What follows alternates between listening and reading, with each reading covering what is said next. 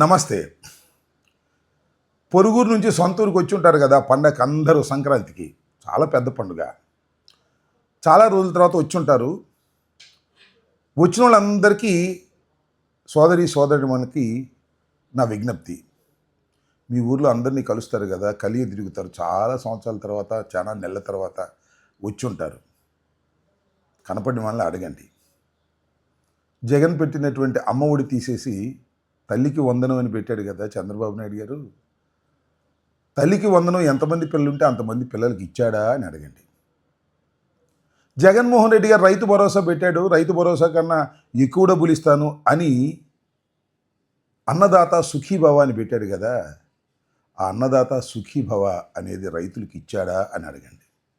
యువగళం అని చెప్పేసి 20 లక్షల మందికి ఉద్యోగాలు ఇస్తానన్నారు. ఒక్కళ్ళకైనా ఉద్యోగం ఇచ్చారా అని అడగండి. లేదు పోనీ నిరుద్యోగ భృతి ఇచ్చారా అని అడగండి. 40 సంవత్సరాలు నిండినటువంటి మహిళకి 18,000 రూపాయలు ఇస్తాను అన్నాడు. ఇచ్చాడా అని అడగండి. అవన్నీ ఎందుకు? సూపర్ 6 అన్నాడు కదా, మహిళలకు ఉచిత బస్సు అన్నాడుగా, సిలిండర్లు అన్నాడుగా. ఎన్ని సిలిండర్లు ఇస్తున్నాడో అడగండి.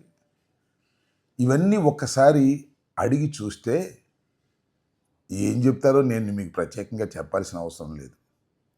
ఈ పండుగ రోజున కూటమి ప్రభుత్వాన్ని ఎన్నుకోవటం దండగా అని భావిస్తున్నామని చెప్పకపోతే నన్ను అడగండి. ఓకే, అడుగుతారు కదా. ధన్యవాదాలు. Stay aware, stay bold. Like, subscribe and follow at Ambati Rambabu Official for truth and clarity in today's politics.